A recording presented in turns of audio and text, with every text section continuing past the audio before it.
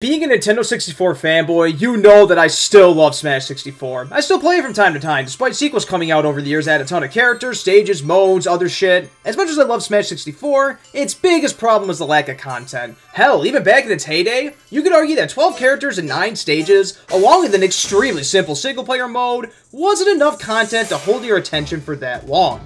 Enter Smash Remix. Remember when I just said there are only 9 stages and 12 characters in Smash 64? Well, Smash Remix balloons that number to 94 stages and 30 base characters, along with 11 boss characters. At least according to the Smash Wiki. However, it includes the Polygon Fighters, of which every single base character has one. The replayability here is simply off the charts. My brother and I have been playing this for a hot minute now. Most of the character additions are absolute bangers too. My favorite one is probably Conquer the Squirrel. He gets bonus points because he is absolutely a Nintendo 64 icon while not being in future Smash games. It makes him feel truly unique in that he belongs here. Goemon and Marina are nice additions from niche Nintendo 64 games. Banjo-Kazooie is obviously awesome. I mean, come on, it's Banjo-Kazooie. Even characters that are in future Smash games, like Wario, Ganondorf, Mewtwo, King Dedede, Bowser, Dark Samus, Dr. Mario. I just love the fact that they're all here, and they are so nice to play. Due to the different physics and missing side specials, these characters all feel pretty different from their ultimate counterparts anyway. The boss character is a lot of fun to mess around with too, even though it's simple. As a kid, I always dreamed of being Giant DK or Metal Mario in a standard versus match. Now I can do that! The Mad Piano might be my favorite though. I love the pure absurdity of this guy. Giga Bowser is always a treat to play as, even though he is OP as hell. Can't forget about the cool sneaky additions of Slippy and Peppy too. They aren't carbon copy clones either. They come decked out with their own movesets. Adding Dragon King as the final fighter of the mod, that is also extremely clever.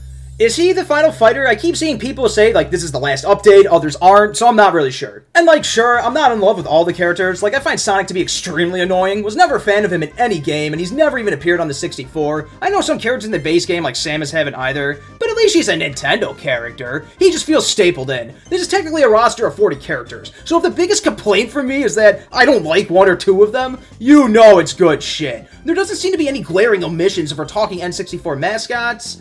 Maybe except for James Bond? Would that have been possible? With GoldenEye being the phenomenon that it is on the Nintendo 64, it would have been cool to see him. At least we have the Golden Gun as an item. Enough about the characters, what about the stages then? Oh boy, we're in for a goddamn treat. The team put their all into this aspect and it really shows. I like how they included stages that were already in the base game, but not selectable for versus. Some examples include the Dreamland beta stages, How to Play, Meta Crystal, Final Destination, and Duel Zone. It really goes to show that the original Smash 64, it had a lot more stages to offer than the 9 on display. There's also plenty of Melee love in here too. My favorite of the bunch might be Pokefloats. I thought they were just gonna do a one-for-one recreation of the Melee stage. But no, it starts the same with Onyx and Squirtle, but from there, different Pokemon are used. Hyrule Temple is simply impressive. I didn't know this would even be possible to Smash 64's limitations. In Pokemon Stadium, the announcer from the Pokemon Stadium games will comment on the match. That is just incredible. Peach's Castle 2, Yoshi's Story, Great Bay, Congo Falls, Big Blue.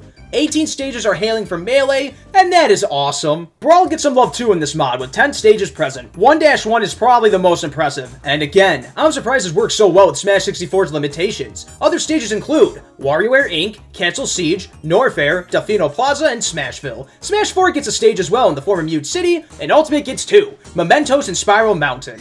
But wait until we get to the new shit. There are 47 new stages, and I love how many of these are based on games or franchises from the Nintendo 64 era. Pirate Land may be my favorite. I love Mario Party 2, and the pirate ship shooting at the characters from the background is a nice touch. Mad Monster Mansion is a nice stage based on Banjo-Kazooie. Rainbow Road and Toad's Turnpike from Mario Kart 64 are such nice homages to the game. First Destination is an awesome stage that honestly gets me a bit sentimental. The Dragon King is also a selectable stage, and that is just amazing. There are plenty more, of course, but you gotta try it out for yourself. What would a Smash game be without the music though? The Smash Remix OST choices are incredible and it's banger after banger. I love Smash 64's sound font, and the song list went from 45 to 311. Some of my favorite new music choices include Play a Minigame, Dire Dire Docks, the battle theme from Paper Mario, the champion theme in Pokemon Red and Blue, and the boss battle music from Kirby 64. You can also change the music while in battle. This is something that I didn't know that I needed. Stages will have 1 through 3 tracks that will play on that stage normally, but the random button will pick any track in the entire mod. That is just such a cool idea. One thing that was lacking in Smash Ultimate was the fun side modes. It had a lot of content for Smash mode, sure, but as someone who loved the fun little distractions like break the targets and board the platforms,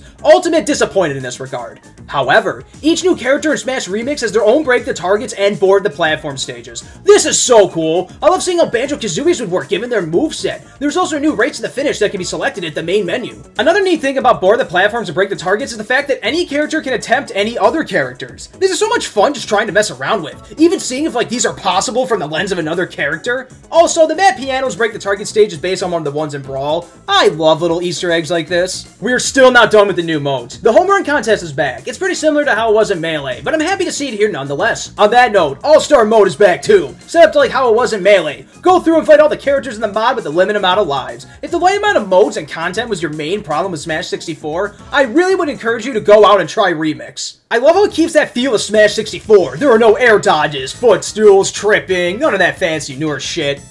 Or is there? That's right. You can go into the settings and turn on newer features. This is the best way of doing this in my opinion. If you want to keep that classic Smash 64 feeling, you can. But on the other hand, there might be younger fans that want air dodging, for example. Well, they can have it. This way, Smash Remix can appeal to multiple types of Smash fans. The customization in general is really just off the charts. You can select which Pokemon come out of Pokeballs. This is some shit that Ultimate won't even let you do. There are also just so many Easter eggs. For example, you can be Master Hand. All you have to do is make a player tag in the last spot and name him Master Hand. No spaces with a capital M and H. Sure, he crashes the game on several occasions, but this is still fun to do. It's a nice feature. You can also be Sandbag in training mode. All that he can do is jump, roll, and grab ledges, but I love it anyway. I honestly could go on for a while, but I think I'll stop there. I don't want to spoil too much. Please, if you're a fan of Smash 64, with its blocky graphics, awesome sound effects, old school feel, give this a shot. It simply deserves it. Also, those old school reveal trailers are sick as hell. I swear, I got more hype for these than the Smash Ultimate ones.